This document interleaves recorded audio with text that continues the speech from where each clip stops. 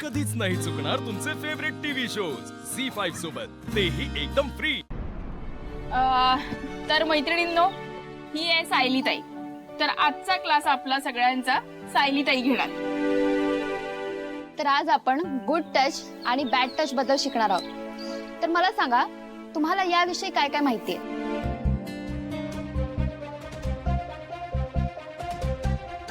हे बघा, तुम्ही तुमचे पालक आहेत म्हणून घाबरून जाऊ नका। जे काही मनात आहे, जे काही वाटतंय ते बिनधास्त बोला। ताई, आपल्या मर्जीने स्पर्श झाला तर तो गुड टच आणि मर्जीशिवाय स्पर्श झाला तर तो बॅड टच। बरोबर, जवळ आहे। जो स्पर्श वाईट असतो तो जाणवतो आपल्याला। गुड। आणि नको त्या ठिकाणी होणारा स्पर्श हा खिळच आणणारा असतो। बरोबर आहे। तसं शिवाने मला सांगितलं होतं की तुम्ही मुली फार हुशार आहात आणि तुम्हाला बऱ्यापैकी माहिती आहे। सो बेसिकली जो आपल्या मर्जीने आपल्याला हात लावतो तो गुड टच, आणि जो आपल्या मर्जीशिवाय आपल्याला हात लावतो तो बॅड टच। आणि बऱ्याचदा बॅड टच मध्ये जबरदस्ती होणारच असं नाहीये।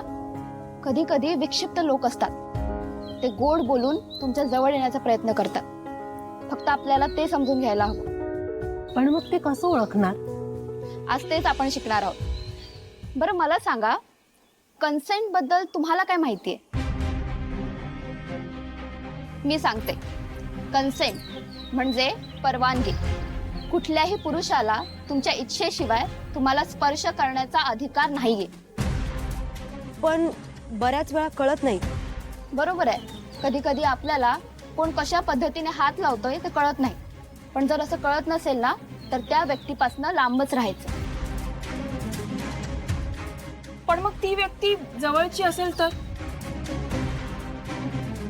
राईट शिवा, बऱ्याच केसेस अशा आहेत ज्यामध्ये नातेवाईकांना पकडला गेला आहे, किंवा ती व्यक्ती विश्वासातली असते आणि तो या गोष्टीचा फायदा घेत असतो। आणि हे सगळं आपल्याला ना वेळ निघून गेल्यावर कळतं। पण मग काय करायचं काय यासाठी? सांगते। ज्या क्षणी ती व्यक्ती ती आपल्या नात्यातली असेल किंवा जवळची विश्वासातली असेल आणि ती आपल्याला खेटत असेल, अंगलट येत असेल, तर ते समजून घ्या। गरज नसतानाही तुम्हाला हात लावण्याचा प्रयत्न करत असेल तर ते समजून घ्या। पण आपण मुली हुशार असतो, आपल्याला ती समज असते, पण तेव्हा आपण बोलण्यात हरवून जातो। ते होऊ द्यायचं नाही। ती व्यक्ती कितीही जवळची असू द्या, जर का तिने तुमच्या शरीराला नको त्या ठिकाणी हात लावला तर ते सहन करायचं नाही। घरच्यांना सांगायचं, घरचे ऐकणार नाही तर पोलिसात जायचं, पण सहन करायचं नाही, लक्षात ठेवा। तर मग आज आपण धडे शिकणार आहोत।